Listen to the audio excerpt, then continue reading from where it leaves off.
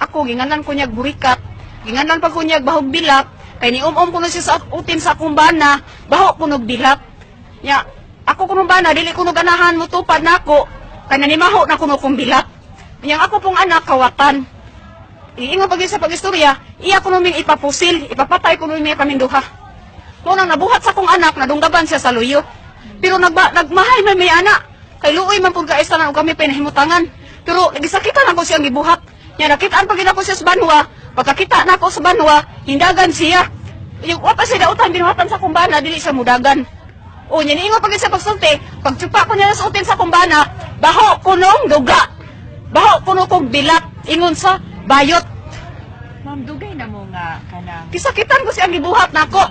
Ma'am, dugay na mo kaaway ani niya? Pag-upa, niingon siya pagsulti nako, na ako kuno, pagsupa ko niya sa utin sa kumbana, baho kuno kog bilat. Ang ako kuno bana, dili kuno ganahan ako mutupad, kay nanimaho na kuno ko. Unya, kawatan ko yung kuno akong anak, iya kuno kong ipapatay, iya kuno kong ipapusil sa mga tao. Ma'am, tinuod ma'am na ikaw nagsugo sa imong anak na. Pangutan ang akong anak, kana. Pero sa imo nga ma'am, Wa, dyan ko magsugo sa akong anak. Siya nag-istorya na ko, ma. Ayaw lang kabalaka, anak, ma. May panahon na makabaos ko. Kay ikaw, gidaog-daog kag istorya, anang tawhana. oh,